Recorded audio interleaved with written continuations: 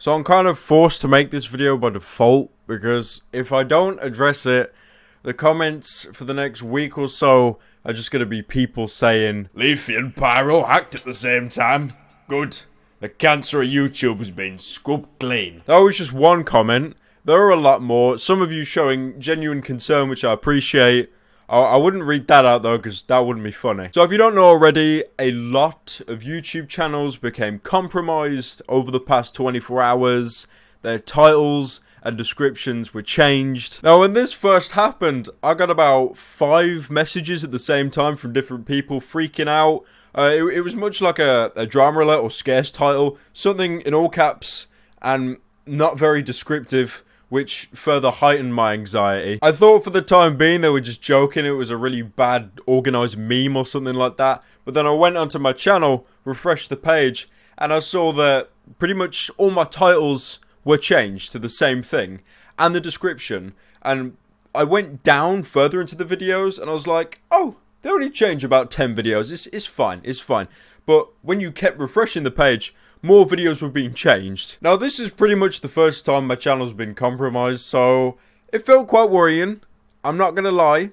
But then I took a look and saw that a bunch of other YouTubers were being affected with the exact same thing, and I laughed and felt a lot better. Because I think we can all agree it's a lot better to be stuck in the shit with a bunch of people than being on your own. Because when you're on your own, people will just laugh at you. Yeah. The problem with this situation is there wasn't really much concrete evidence on how it transpired, and there was a lot of false information. Some people thought that every channel on YouTube was getting hacked. Others thought it was a really badly organised April Fool's prank. From what I can gather, this was not April Fool's. This was legit and it actually happened. But it didn't affect all the YouTubers. It affected everyone who was partnered with Omnia Media. And even that isn't completely true, because not everyone in Omnia was affected. It was everyone who was managed. So in most partner networks, take for example Machinima.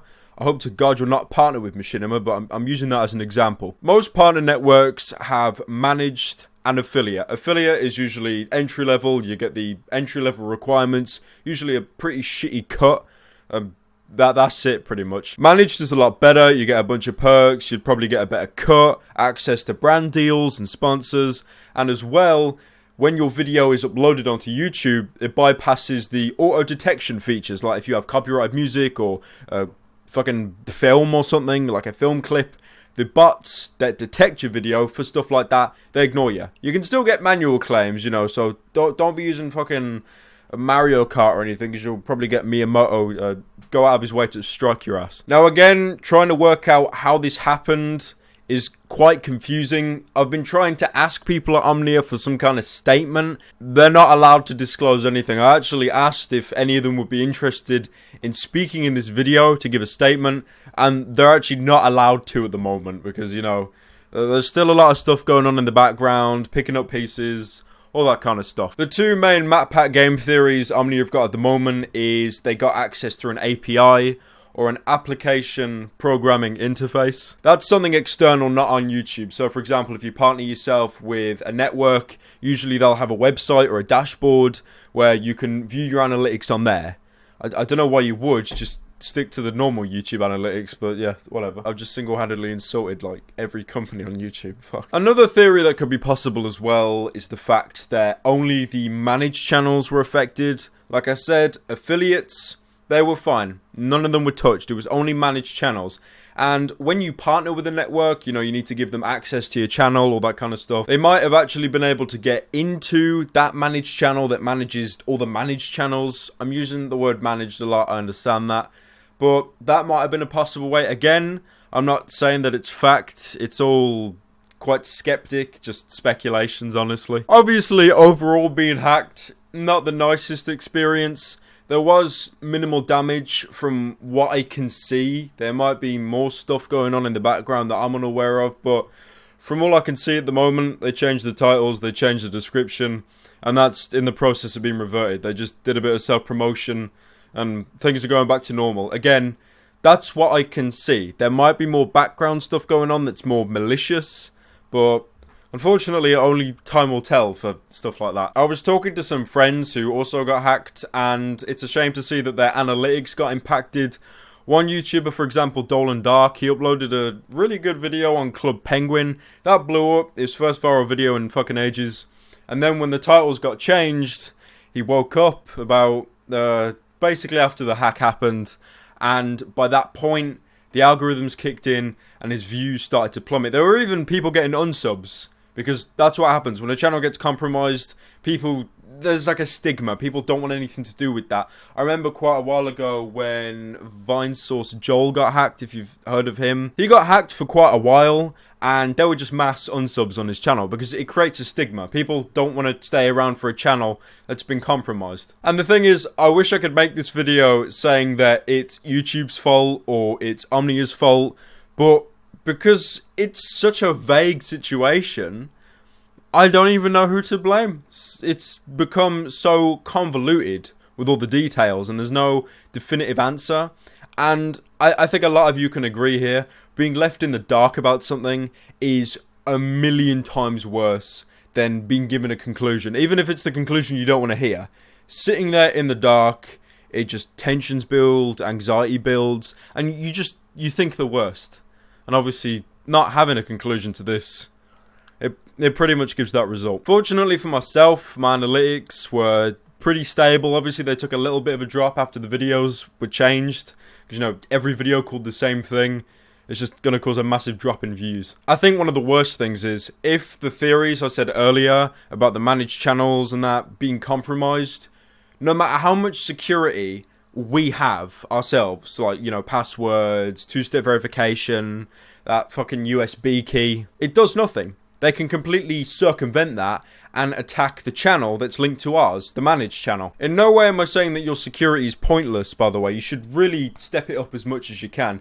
Get yourself a Google App Authenticator, one of them USB keys, backup codes, anything you can to make yourself as secure as possible, because hacks like these, they're probably just going to keep coming. I don't see any reason why they'd stop, because YouTube is so just melancholy to stuff like this. They really just don't acknowledge it, and if they do, it's dealt with very last minute. So it's up to you as an individual to step up your security for yourself. It is frustrating that the ability to protect our channels is out of our hands. I appreciate that the situation was fixed so quickly, but it really shouldn't have happened in the first place.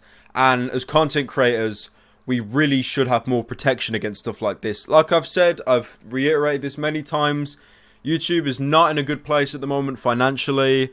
They've been boycotted. They're basically beaten and on the ground. And you think at this point they would really prioritize on helping and protecting their own content creators. And again, I don't say that YouTube is responsible, but if they are to any extent, they should really just look at stepping up security, because it is their site. We're uploading onto their site. One thing I've seen that I need to address is the amount of fear-mongering that is going on in the comments and on Twitter.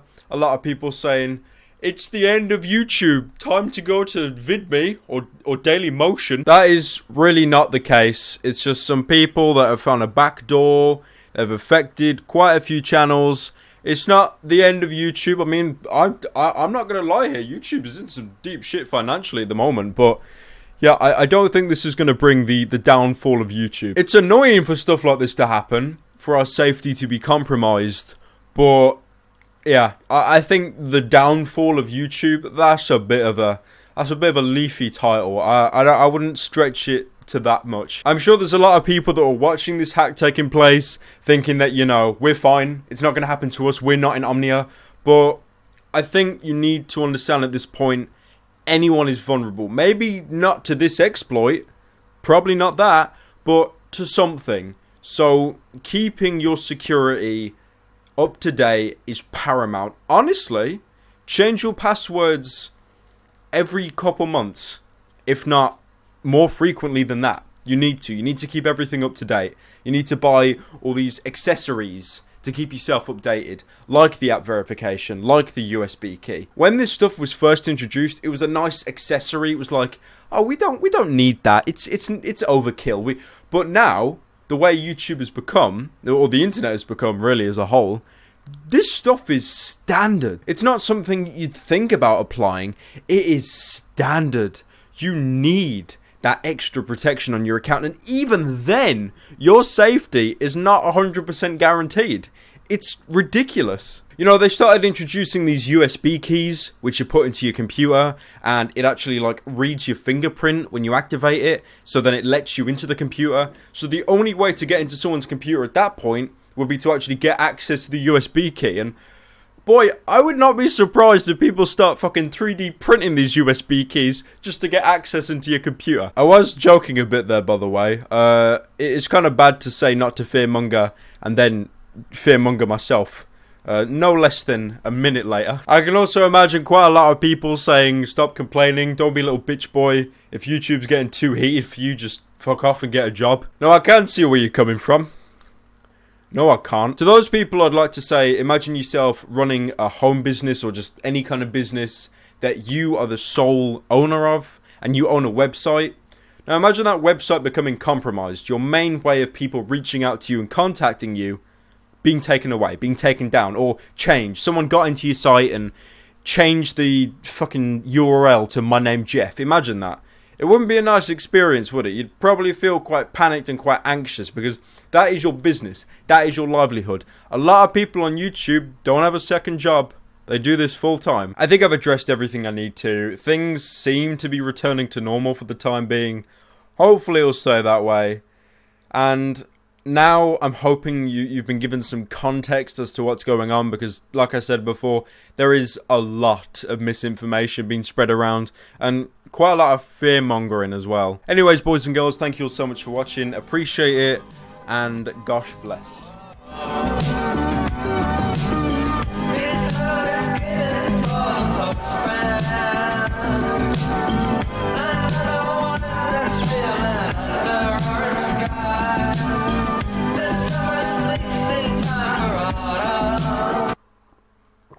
I fucking love tea, nigga.